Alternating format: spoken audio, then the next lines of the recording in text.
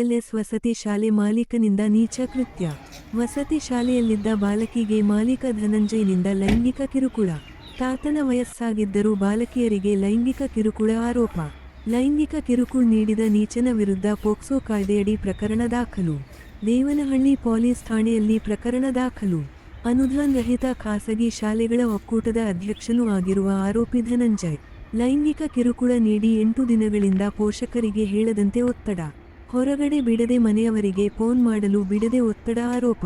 ಆರೋಪಿ ಧನಂಜಯ್ ಮತ್ತು ಆತನ ಪತ್ನಿಯಿಂದ ಬಾಲಕಿಯರ ಮೇಲೆ ಒತ್ತಡ ಆರೋಪ.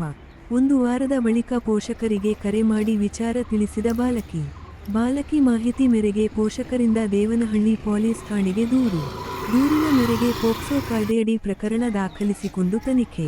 ಲೈಂಗಿಕ ಕಿರುಕುಳ ನೀಡಿದ ಶಾಲೆ ಮಾಲೀಕ ಧನಂಜಯನನ್ನ ಬಂಧಿಸಿ ಪೊಲೀಸರಿಂದ ತನಿಖೆ. ವಸತಿ ಶಾಲೆಯ ಮಾಲೀಕನೇ ನೀಡಿದ ಲೈಂಗಿಕ ಕಿರುಕುಳ ಕೇಳಿ ಬೆಚ್ಚಿಬಿದ್ದ ಪೋಷಕರು. 700ಕ್ಕೂ ಅಧಿಕ ಬಾಲಕಿಯರು ವಿದ್ಯಾಭ್ಯಾಸ ಮಾಡ್ತಿರುವ ಎಸ್ಎಲ್ಎಸ್ ವಸತಿ ಶಾಲೆ.